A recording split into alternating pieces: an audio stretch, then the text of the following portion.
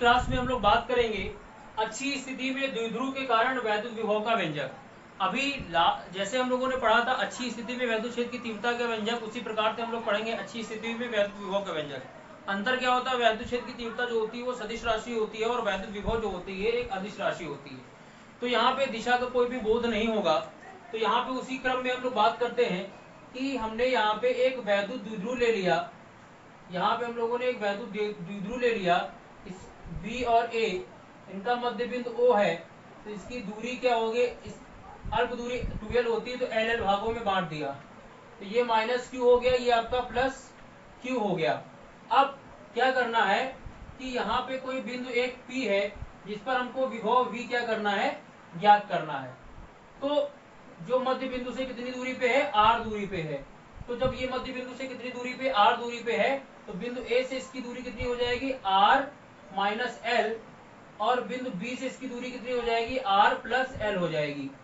ध्यान दीजिएगा, अब यहाँ पे विभव जो होता है वो हमारी अदिश राशि है, तो बिंदु पी पे ही हमको प्लस क्यू आवेश के कारण विभव भी निकालना है और माइनस क्यू आवेश के कारण भी विभव निकालना है।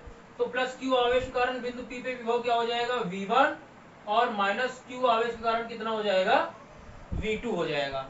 तो हम यहाँ पे क्या करते हैं, यहाँ पे निकालना शुरू करते हैं। प्लस क्यू आवेश के कारण विभव यहाँ पे निकालेंगे, प्लस क्यू आवेश के कारण।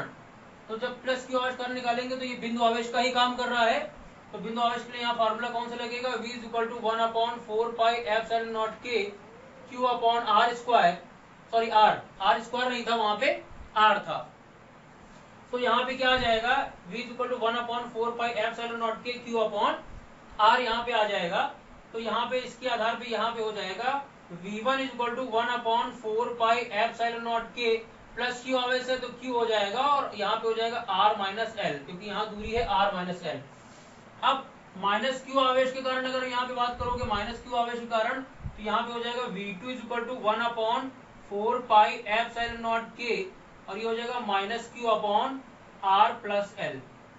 अब यहाँ पे माइनस साइन लेना पड़ेगा क्योंकि यहाँ पे दिशा का बोध नहीं हो रहा है, ठीक है। तो अब यहाँ पे आपको निकालना है कुल विभव। तो यहाँ पे कुल विभव की अगर हम बात करेंगे तो क्या हो जाएगा, कुल विभव V = V1 प्लस V2।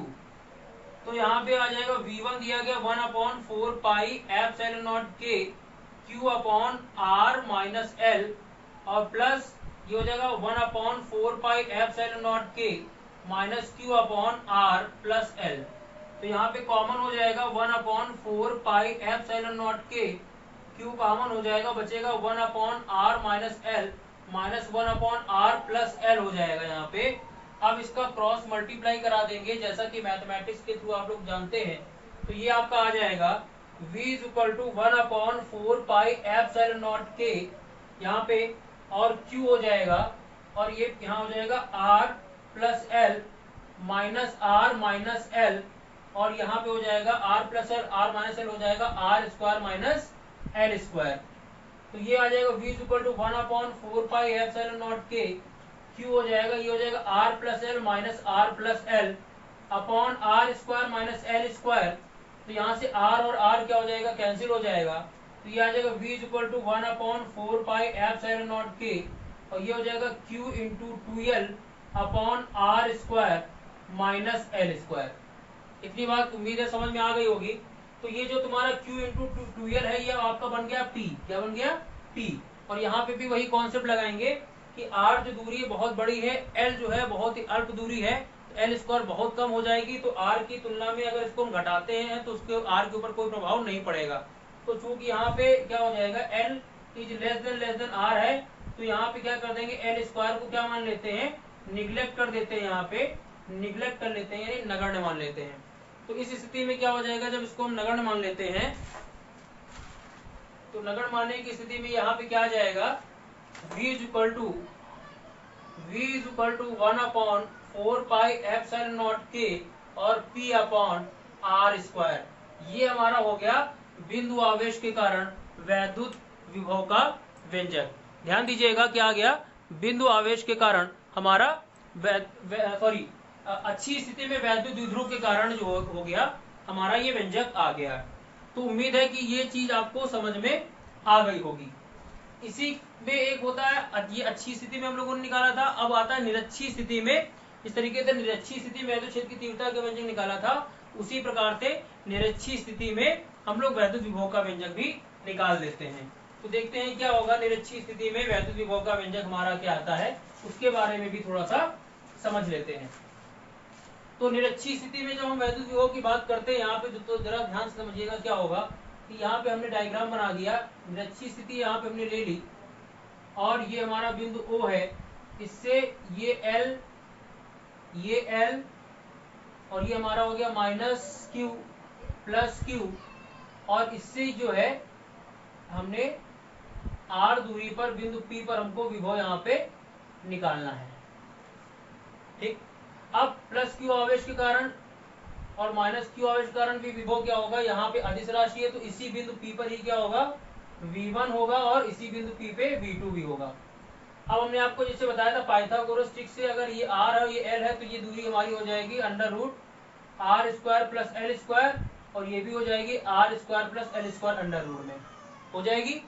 अब हम यहाँ पे क्या करते हैं कि यहाँ पे निकाल लेते हैं +Q आवेश के कारण, +Q आवेश के कारण यहाँ पे विभव बात करेंगे तो आ जाएगा V1 = 1/4πε0K Q/√R² + L²।